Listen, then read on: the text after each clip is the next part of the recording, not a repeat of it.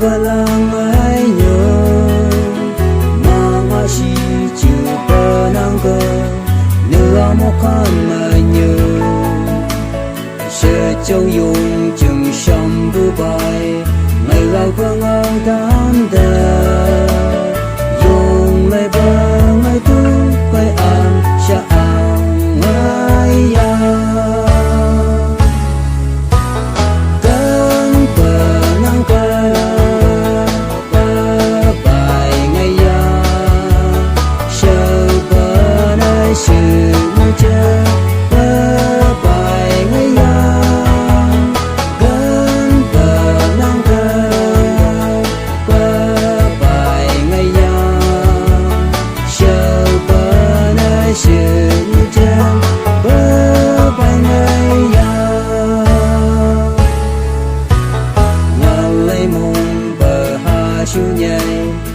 bao cơ ngày sống hàng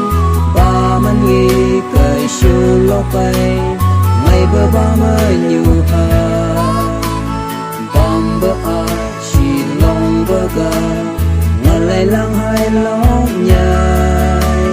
hương lâm bờ bom bờ tàu siêu bờ ba la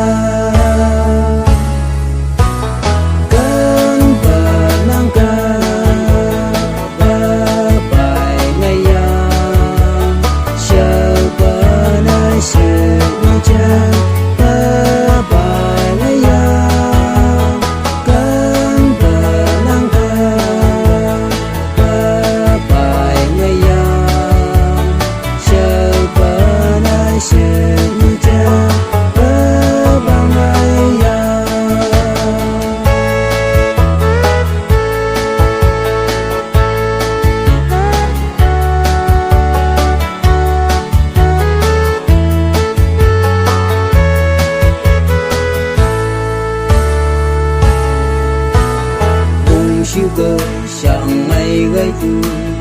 chỉ sự có yang nhớ ba mong si dùng một cơ ba nâng